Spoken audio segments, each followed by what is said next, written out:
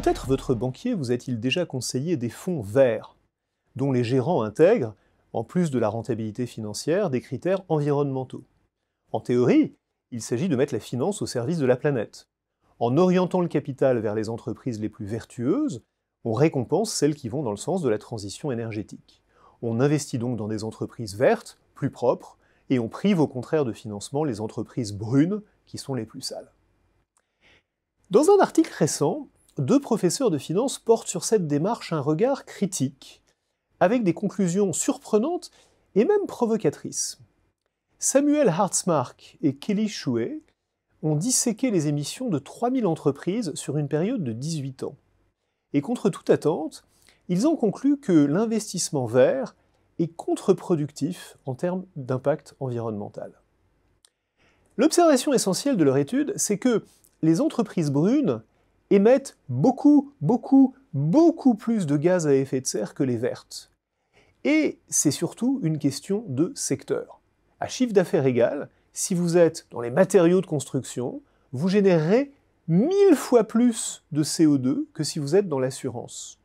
Choisir des investissements verts, c'est donc principalement éviter certains secteurs et en privilégier d'autres.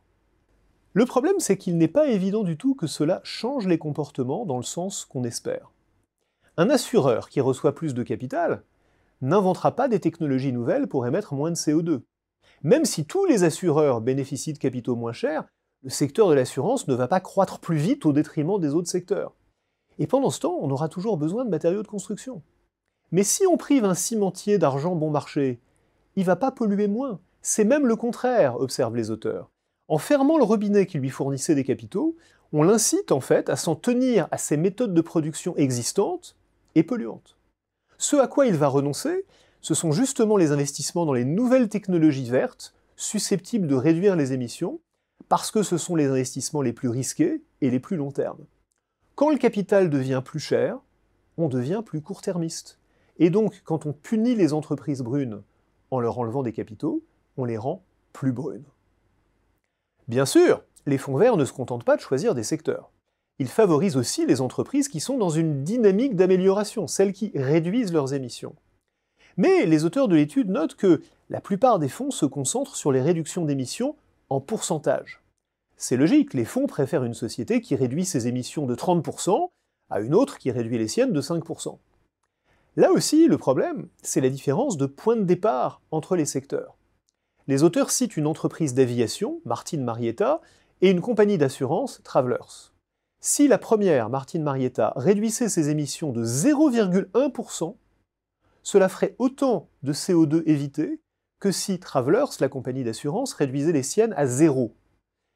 Aucun investisseur responsable, évidemment, ne privilégiera une entreprise qui a réduit ses émissions de 0,1%. On va donc favoriser principalement l'investissement dans des entreprises qui sont déjà vertes, qu'on récompense pour des réductions en réalité insignifiantes en valeur absolue, d'un niveau d'émission qui est déjà assez faible. Comment alors faire de la finance environnementale efficace? Pour les auteurs de l'article, la réponse est simple. Il faut arrêter de se pincer le nez devant les actifs toxiques, ce qui ne sert qu'à se donner bonne conscience et à afficher sa vertu, et au contraire, il faudrait investir dans les sociétés les plus polluantes, et même investir assez massivement pour y prendre des positions qui permettent d'infléchir leur stratégie. C'est ce que font certains fonds activistes environnementaux. Bref, il faudrait accepter de se salir les mains. Mais bien sûr, ce genre d'investissement n'est pas à la portée de l'épargnant individuel.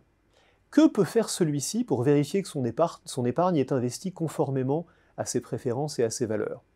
En 2 mots, ce qu'il peut faire, c'est regarder de plus près. Au lieu de s'en tenir à un label qui prétend résumer en un mot la stratégie d'un fonds, rien n'empêche d'étudier vraiment les investissements qu'il réalise et les impacts environnementaux de ses choix.